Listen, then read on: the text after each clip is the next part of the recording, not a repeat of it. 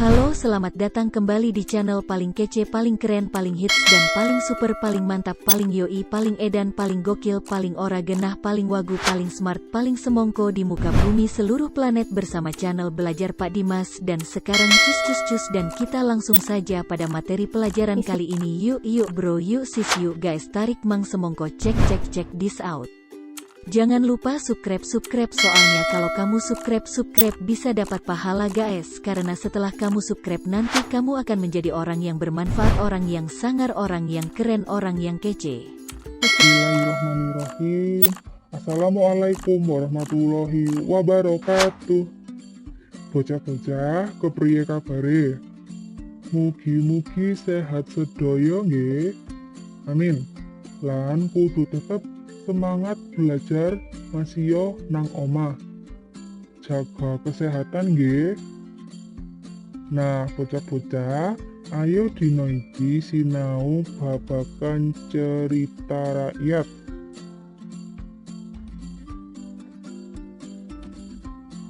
Apa iku cerita rakyat? Cerita rakyat yaiku perangan saka kabudayan sawijining kolektif kang kasebar lan diwarisake turun-temurun kanthi cara tradisional lan ing versi kang beda. Bisa awujud lisan uga tulodo kang nganggo gerak isyarat utawa pangeling-eling. Nah, unsur-unsur intrinsik jroning cerita rakyat. Sing pertama ana tema, yaiku ide pokok utawa permasalahan utama kang ndasari cerita. Sing keloro ana latar utawa setting, yaiku panggonan, wektu utawa suasana kang bantu cetoning cerita. Sing ketelu ana tokoh utawa karakter. Nah, tokoh utawa karakter iki manut sifate penokohan kaperang dadi telu. Sing pertama ana tokoh utama sing umume protagonis. Sing kapindho ana tokoh lawan umume antagonis. Lan sing katelu tokoh pendamping, biasane tritagonis.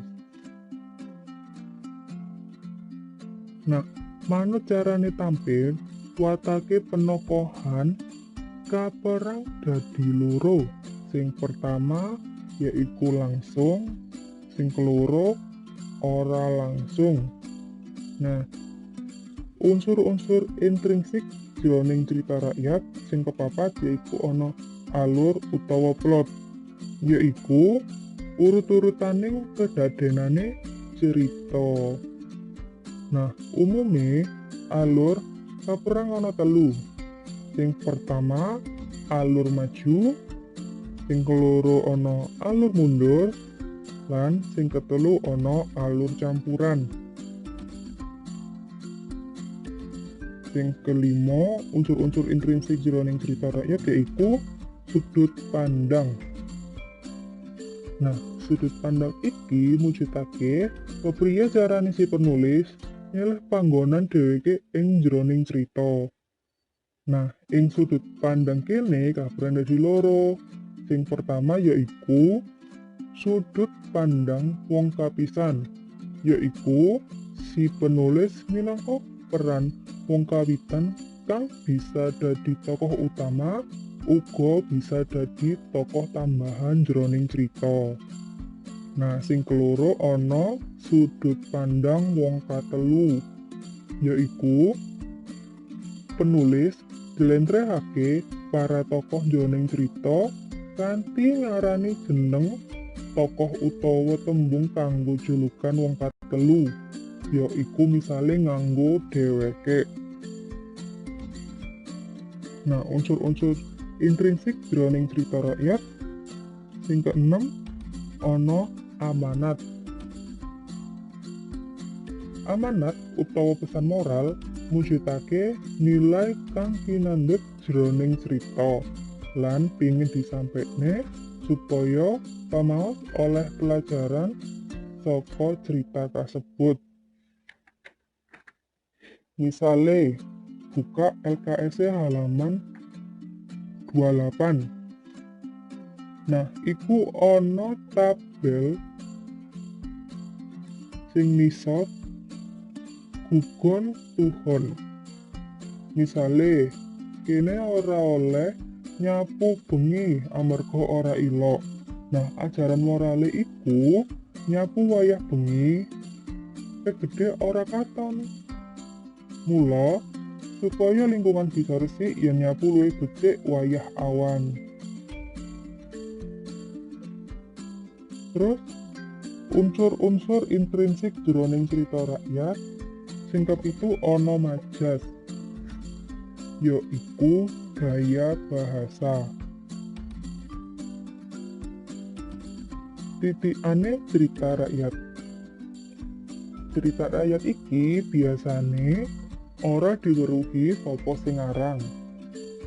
Panyebarane kanthi lesan, sugestake utawa variasi, lan sifate tradisional. Nah, jenis cerita rakyat iki ana 3. Sing pertama ana mitos. Mitos iki yaiku cerita kang dianggep bener-bener kedadean lan paragane iku arupa manungsa sakti, dewa, kewan kang duweni kesaktian. Misale cerita Nyi Roro Kidul. Terus ana legenda, yaiku cerita asal usul sawijining panggonan lan biasane ana petilasane arupa watu, uwit, gunung, lan kali. Lah, contoh legenda iki yaiku kedadean kutha Surabaya. Sing katelu ana dongeng, yaiku cerita kang ngawara lan ora bisa dipercaya. Misale cerita tentang keong mas. Nah, bocah-bocah, kuwi mau pun sinau babagan cerita rakyat. Inggih pun cekap semanten lan matur nuwun. Wassalamualaikum warahmatullahi wabarakatuh.